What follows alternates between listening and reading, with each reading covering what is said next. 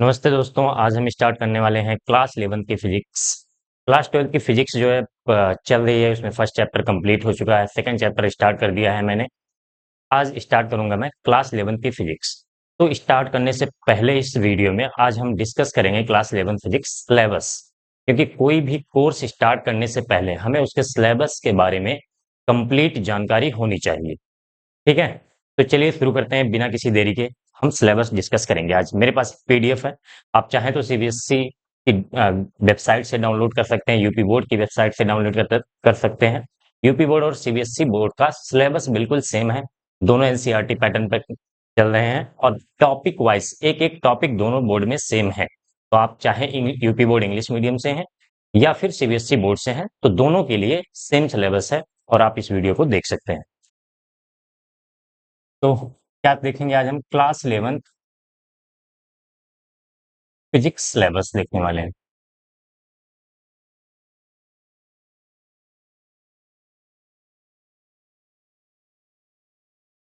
ठीक है, class 11 physics को एनसीईआरटी ने टोटल 10 यूनिट्स में डिवाइड किया है और लगभग 15 चैप्टर मिलेंगे आपको। तो एक एक करके मैं चैप्टर्स के नाम लिखता जा रहा हूँ, यूनिट्स के नाम लिखता जा रहा हूँ। आप नोट्स नोट कर लें या फिर आप सीबीएसई बोर्ड की वेबसाइट से डाउनलोड भी कर लीजिए। ठीक है, तो फर्स्ट यूनिट जो आती है, unit first, physical word and measurement. Physical word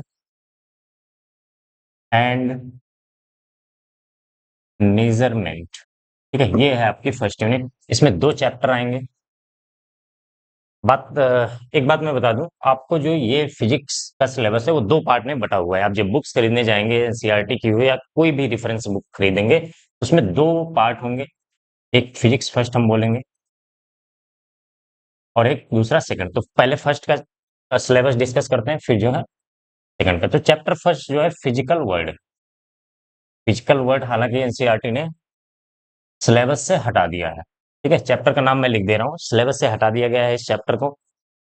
एक छोटा सा टॉपिक है, उसको आज ही मैं पढ़ा दूंगा, फिजिकल वर्ड का। चैप्टर 2 को मिलेगा units and measurement. Units and measurement. ठीक है, इसी में जो है, इसके पहले हम पढ़ेंगे फिजिकल मैथ थोड़ी सी। फिजिकल मैथ का बेसिक मैथ बोले तो ज्यादा सही पड़ेगा। Basic maths and vectors. Vector आपको आगे मोशन इन प्लेन में मिलेगा। मोशन इन प्लेन में वेक्टर बुक्स में दिया रहेगा, लेकिन हम पहले जो है फिजिकल मैथ और वेक्टर पढ़ेंगे, क्योंकि फिजिक्स पढ़ने के लिए मैथ की रिक्वायरमेंट होती है। बोला जाता है physics, mathematics is the language of physics. ठीक है, तो मैथ, बेसिक मैथ आपको आनी चाहिए। आपने 10th तक पढ़ चुके होंगे मैथ, आप लोगों ने 10th तक मैथ पढ़ा ही होगा। कुछ जो 11 12 की मैथ यूज होती है फिजिक्स में वो मैं पढ़ाऊंगा, जिसमें आपने अगर कहीं सुना हो तो कैलकुलस मैं डिस्कस करूंगा आपके साथ। ठीक है, फिर यूनिट आ जाती है यूनिट सेकंड। यूनिट सेकंड में है काइनेमेटिक्स। काइनेमेटिक्स बेसिकली डील करता है मोशन को, मोशन को। और इस चैप्टर में मोशन के काज को बिना जाने, जब हम मोशन डिस्कस करते हैं, कोई ऑब्जेक्ट मूव कर रहा है, उसका काज हम नहीं जानते, किस कारण से उसका, उसके पीछे का रीजन क्या है, तो उसको हम बोलते हैं काइनेमेटिक्स। इसमें हमें काज से मतलब नहीं है, बस कोई ऑब्जेक्ट मूव कर रहा है तो उसमें हम डिस्कस करेंगे उसकी वेलोसिटी, स्पीड, एक्सीलरेशन, डायरेक्शन। और फोर्स की बात यहाँ पे नहीं आएगी, ये सारी चीजें हम डिस्कस करेंगे।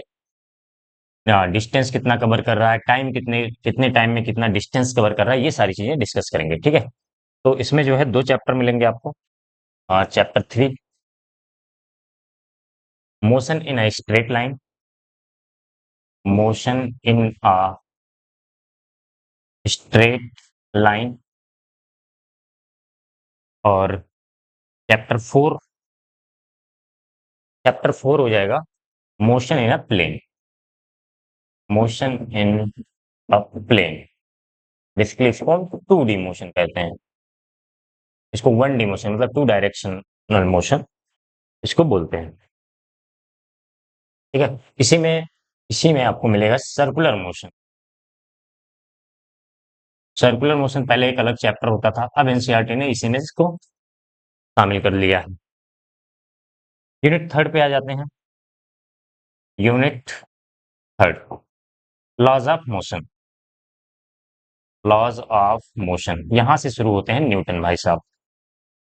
ठीक है, न्यूटन्स लॉज ऑफ मोशन आपने सुन रखा होगा, नाइन्थ में थोड़ा बहुत पढ़ा भी होगा। वही चीजें हम डिस्कस करने वाले हैं। तो चैप्टर नंबर 5 होगा ये।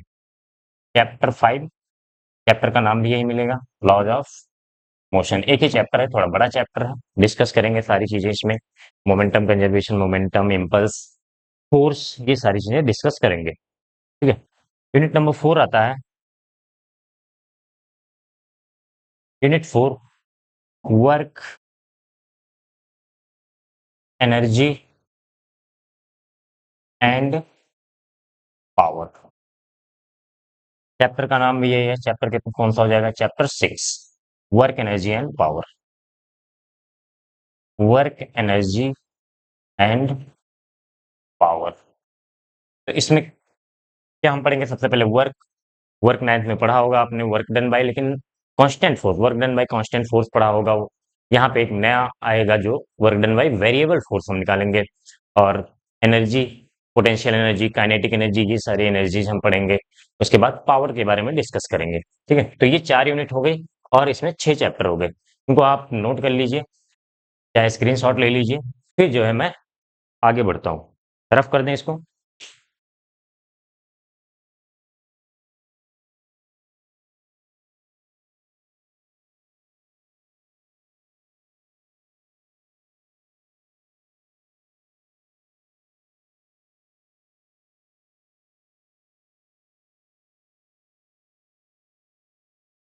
यूनिट 4 हो गया था। यूनिट 5,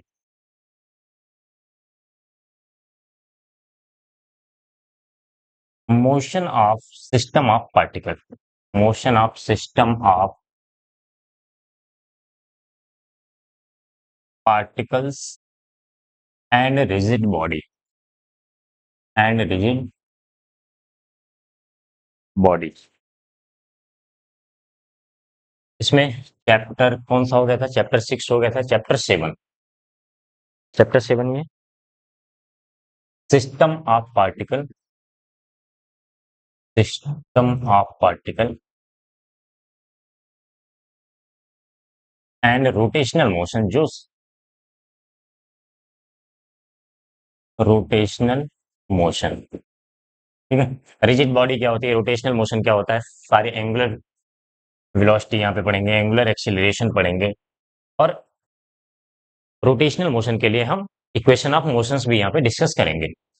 इसमें जो सिलेबस में नहीं दिया गया है, चैप्टर के नाम में नहीं है, पहले ये होता था एक अलग चैप्टर, लेकिन अब इसी में शामिल कर दिया गया सेंटर ऑफ मास को। ठीक है, जब सिस्टम ऑफ पार्टिकल्स होंगे, सिस्टम ऑफ पार्टिकल्स मतलब एक से ज्यादा पार्टिकल जब होंगे, तो उनके सेंटर ऑफ मास की भी हम डिस्कशन करेंगे। ठीक है, तो सबसे पहले सेंटर ऑफ मास इसमें पढ़ेंगे, फिर उसके बाद रोटेशनल मोशन पे आएंगे। चैप्टर कौन सा था ये? चैप्टर 7। यूनिट 6 पे आ जाते हैं। ग्रेविटेशन। इस चैप्टर से तो आप अच्छे से परिचित होंगे। चैप्टर का नाम भी वही है, चैप्टर 8, ग्रेविटेशन। ग्रेविटेशन नाइन्थ में थोड़ा बहुत आपने पढ़ा होगा, इसी चैप्टर को डिटेल में हमें पढ़ना है।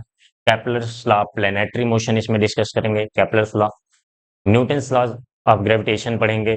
उसके बाद ग्रेविटेशनल एक्सीलरेशन, ग्रेविटेशनल एनर्जी, ये सारी चीजें हम डिस्कस करेंगे। ठीक है, तो ये हो गया फिजिक्स फर्स्ट पार्ट, यहाँ पे कंप्लीट होता है, जिसमें कितने 6 यूनिट है और 8 चैप्टर हैं ग्रेविटेशन तक। उसके बाद आपका फिजिक्स सेकंड पार्ट स्टार्ट हो जाएगा। तो इसको नोट करिए, रफ करता हूं मैं इसको, फिर जो है फिजिक्स सेकंड यहाँ से स्टार्ट होगा।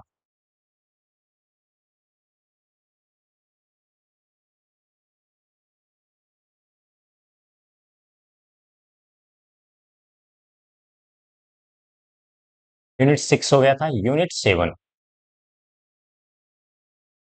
7, यूनिट 7 क्या है? Properties of properties of bulk matter, properties of bulk matter. ठीक है, तो इसमें जो चैप्टर 7 हो गया था, चैप्टर 8 हो गया था, सॉरी चैप्टर 9 मिलेगा। इसमें 3 चैप्टर मिलेंगे आपको। चैप्टर 9 है mechanical properties of solid, mechanical properties of solids.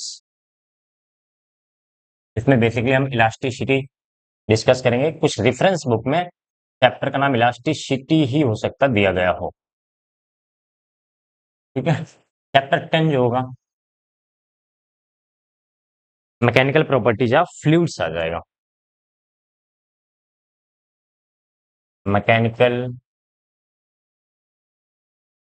Properties of fluids, इसमें हम फ्लूइड प्रेशर के बारे में, पास्कल्स लॉ, हुक्स लॉ, ये सारी चीजें डिस्कस करेंगे। फ्लूइड के बारे में बेसिकली हमें पढ़ना है, हाइड्रोलिक प्रेशर जिसे हम बोलते हैं, उसके बारे में डिस्कस करना है। चैप्टर 11 जो है, चैप्टर 11 आपका आ जाएगा thermal properties of matter, thermal properties of matter, thermal properties of matter. इसमें क्या पढ़ेंगे, जब हम किसी ऑब्जेक्ट को, किसी बॉडी को गर्म करते हैं तो उसमें थर्मल एक्सपेंशन होता है, कितना होता है, कोई रॉड हो उसमें कितना होगा, कोई शीट हो कैसे होगा उसमें एक्सपेंशन, उसके लिए फार्मूला वगैरह सारी चीजें हम डिस्कस करेंगे। बेसिकली हीट और टेम्परेचर को लेकर इस चैप्टर को हमें पढ़ना है। यूनिट नंबर 7 हो गया ना, unit number 8 thermodynamics, thermodynamics chapter 12।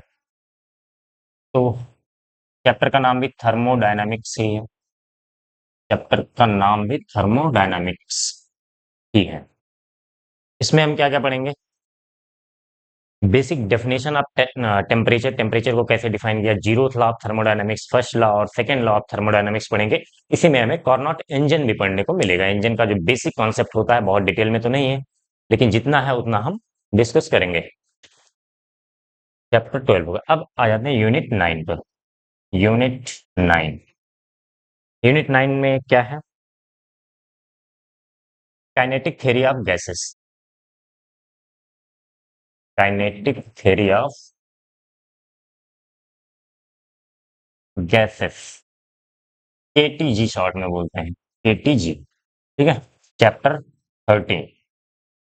तो चैप्टर का नाम भी ये हो जाएगा, केटीजी लिख दे रहा हूं मैं, काइनेटिक थ्योरी ऑफ गैसेस। इसमें गैसेस मान, गैसेस को जब हीट किया जाए तो उनकी मोशन कैसे होता है, root mean square speed gases की, बहुत सारी चीजें हम डिस्कस करेंगे।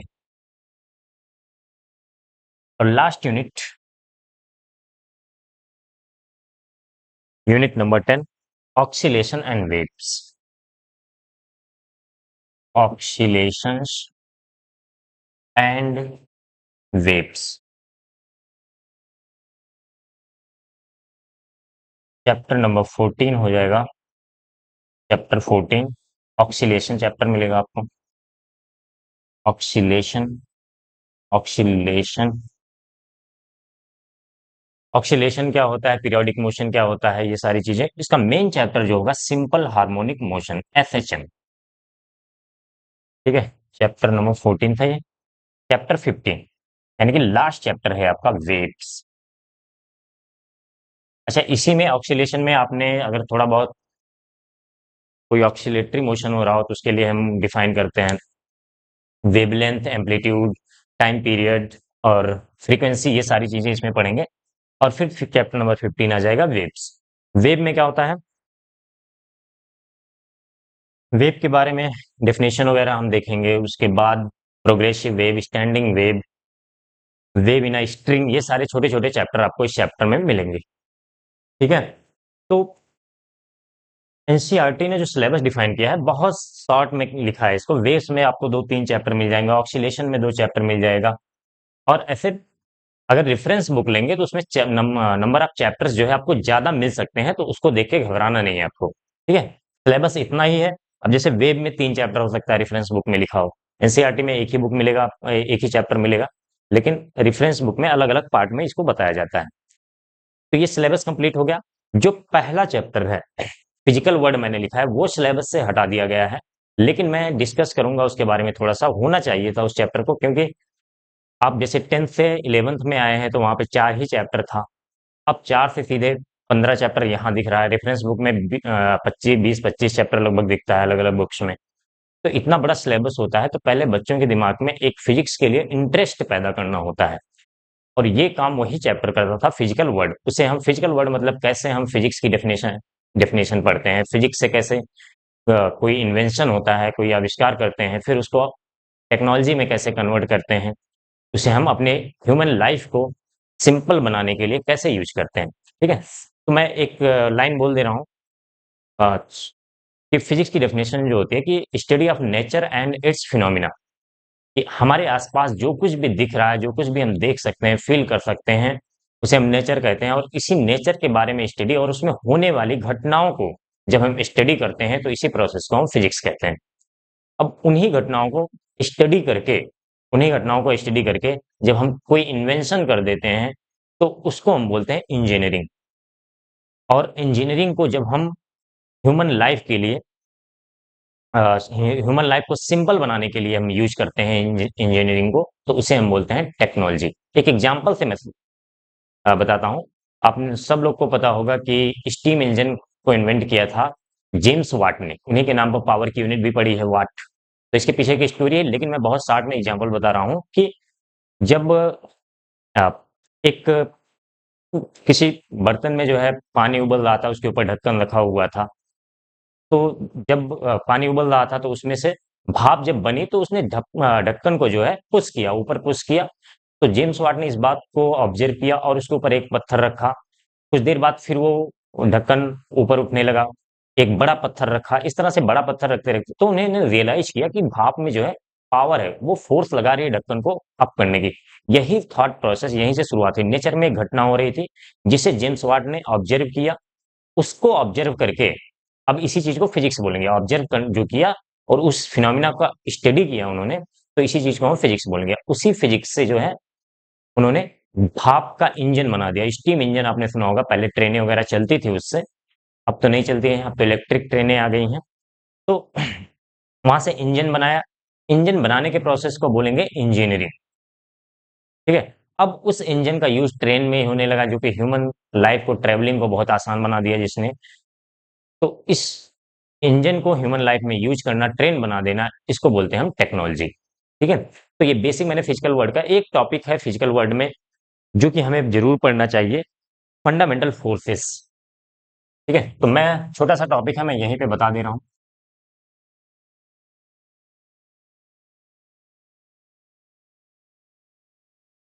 Fundamental forces of nature. जैसे हम पहले एक छोटा सा एग्जांपल मैं देता हूँ। जैसे नंबर्स की बात करते हैं, जब हम नंबर सीखते हैं, 0 से लेकर 9 तक 10 नंबर सीखते हैं। बाकी दुनिया में सारे नंबर्स इन्हीं 10 नंबर्स को मिलाकर बनाए गए हैं, या फिर बने हुए हैं। तो उसी तरीके से जो हम फोर्स देखते हैं अपने आसपास, बहुत सारी तरह का फोर्स देखते हैं, electric force, magnetic force, mechanical force, कहीं पे प्रेशर लग रहा है, कहीं पे कुछ अलग अलग डायरेक्शन में इलास्टिक फोर्स। इस तरह से हम अलग अलग फोर्स देखते हैं। तो बहुत सारे फोर्स हमें मिलते हैं, लेकिन जो नेचर में पाए जाते हैं वो फंडामेंटल फोर्सेस की बात। जैसे 0 से लेकर 9 तक हो गया फंडामेंटल नंबर। अब उन्हीं नंबर से सारे नंबर बने हुए हैं। उसी तरीके से 4 फंडामेंटल फोर्सेस हैं नेचर में। 4 फंडामेंटल फोर्सेस हैं, उन्हीं फोर्सेस से सारे फोर्सेस हम उनको लिंक कर सकते हैं। जो हम अपना मसल्स पावर यूज करते हैं, वो भी कौन सा फोर्स है, आगे हम बात करेंगे। तो fundamental forces in nature, fundamental forces in nature. ठीक है, नेचर में कितने फंडामेंटल फोर्सेस, कितने फोर्सेस पाए जाते हैं। तो सबसे पहले आता है, पहले मैं नाम लिख दे रहा हूं, फिर इनके बारे में डिस्कस करूंगा। Strong nuclear force. Second number पे आता है आपका electromagnetic force, electromagnetic force. Third number पे आता है weak nuclear force, weak nuclear force, fourth पे आता है ग्रेविटेशनल फोर्स, ग्रेविटेशनल फोर्स।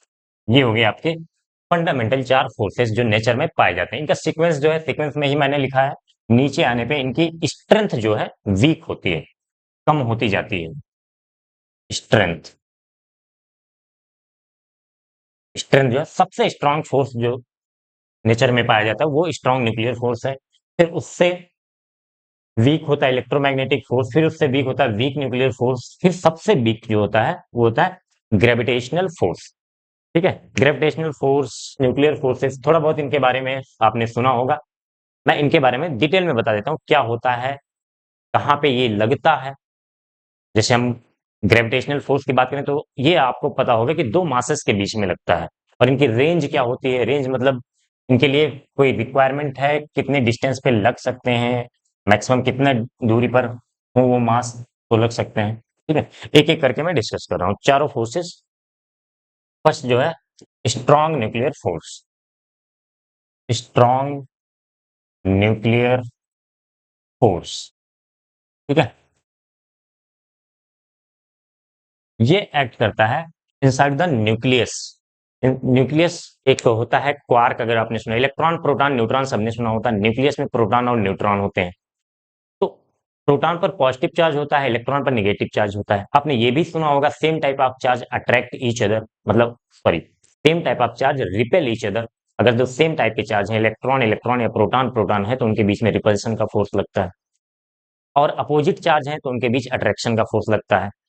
तो न्यूक्लियस की बात करें अगर हम, आपने एटॉमिक स्ट्रक्चर पढ़ा होगा, रदरफोर्ड बोर्स को अगर पढ़ा है, तो रदरफोर्ड ने क्या बताया था कि स्फेरिकल होता है, लगभग स्फेरिकल हम बोल सकते हैं एटम को, और बीच में जो है एक बहुत छोटा सा पार्ट होता है जिसे हम नाभिक बोलते हैं, और इलेक्ट्रॉन उसके चारों तरफ रिवॉल्व कर रहे होते हैं, घूम रहे होते हैं।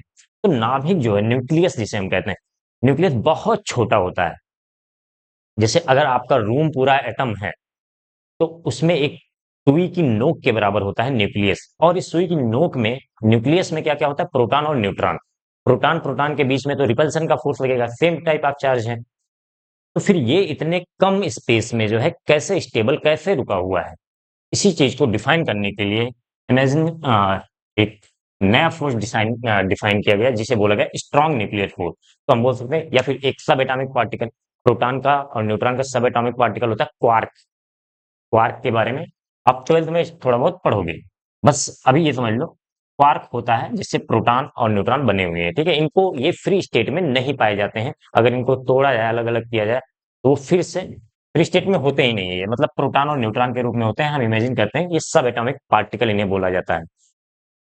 क्वार्क के बीच में एक्ट करता है, किसके बीच में, एक्ट बिटवीन क्वार्क। क्वार्क क्या है थोड़ा सा मैंने बता दिया, सब एटॉमिक पार्टिकल होता है, ये समझ लो। इसी क्वार्क से जो है मिलकर प्रोटॉन और न्यूट्रॉन बने होते हैं, लेकिन इनको अलग नहीं किया जा सकता है। ठीक है, हाइपोथेटिकल एक कॉन्सेप्ट है,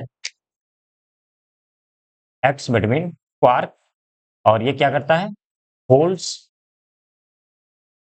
holds proton, holds protons and neutrons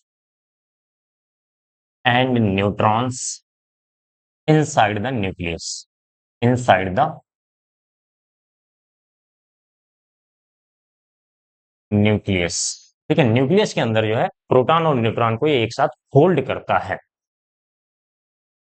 range इसकी बता दें, रेंज, रेंज होती है 10⁻⁻15 मीटर। जब आप न्यूक्लियस एटम की रेडियस निकालोगे न्यूक्लियस की, तो यही आएगा 10⁻⁻15 मीटर। ठीक है, इससे ज्यादा दूर पे अगर प्रोटॉन है तो ये स्ट्रॉन्ग न्यूक्लियर फोर्स नहीं काम करता है। ठीक है, बहुत स्ट्रॉन्ग है, सबसे स्ट्रॉन्गेस्ट फोर्स है ये, स्ट्रॉन्गेस्ट फोर्स, स्ट्रॉन्गेस्ट फोर्स। ठीक है, तो हमें दो चीज याद रखना है, इसकी रेंज एक बार याद रखनी है, और कहाँ पे ये वर्क करता है, कहाँ पे एक्ट करता है ये चीज। तो न्यूक्लियस में बिटवीन द क्वार्क्स क्या करता है, प्रोटॉन न्यूट्रॉन को एक साथ होल्ड करता है बहुत कम स्पेस में। ठीक है, स्ट्रॉन्ग न्यूक्लियर फोर्स हो गया। इसके बाद आता है second electromagnetic force, electromagnetic force, electromagnetic force क्या होता है? X between charges, x between charge particles बोलेंगे, चार्ज पार्टिकल्स, चार्ज पार्टिकल्स के बीच में ये काम करता है। चार्ज पार्टिकल आप समझते हैं, इलेक्ट्रॉन हो, प्रोटॉन हो, या फिर कोई चार्ज बॉडी हो, उनके बीच में ये काम करता है। ये रिस्पॉन्सिबल होता है इलेक्ट्रिक फोर्स के लिए, मैग्नेटिक फोर्स के लिए, इलेक्ट्रिसिटी जनरेट जो होती है, इलेक्ट्रिसिटी हम पढ़ते हैं, उन सब चीजों के लिए इलेक्ट्रोमैग्नेटिक फोर्स रिस्पॉन्सिबल होता है। Responsible for, responsible for electricity, electricity, electromagnetism, electromagnetism, magnetism and light बोल सकते हैं। लाइट के लिए भी यही फोर्स रिस्पॉन्सिबल होता है। लाइट को ट्वेल्थ में पढ़ेंगे डिटेल में। ठीक है, रेंज की बात कर लेते हैं। इलेक्ट्रोमैग्नेटिक फोर्स की रेंज मतलब कितनी डिस्टेंस पे, मिनिमम कितनी डिस्टेंस हो कि ये वर्क करेगा इलेक्ट्रोमैग्नेटिक। तो इसकी कोई फिक्स डिस्टेंस नहीं है, हम रेंज बोलते हैं इसकी, इनफाइनाइट है, इनफाइनाइट है। लेकिन वीकर विद डिस्टेंस मतलब कमजोर होता जाता है जैसे जैसे इनके बीच की डिस्टेंस बढ़ती है। वीकर विद डिस्टेंस, जैसे जैसे इनके बीच की डिस्टेंस बढ़ेगी, चार्ज पार्टिकल मान लो दो, एक इलेक्ट्रॉन है, प्रोटॉन है, उनके बीच की कुछ डिस्टेंस है, तो इलेक्ट्रिक फोर्स लग रहा होगा, इलेक्ट्रोमैग्नेटिक फोर्स। जैसे जैसे उनके बीच की डिस्टेंस बढ़ाएंगे, फोर्स की वैल्यू कम होती जाएगी। आप ट्वेल्थ में फार्मूला वगैरह सब पढ़ोगे। ठीक है, तो ये दो हो गए, दो और बचे हैं, इनको भी हम डिस्कस कर लेते हैं।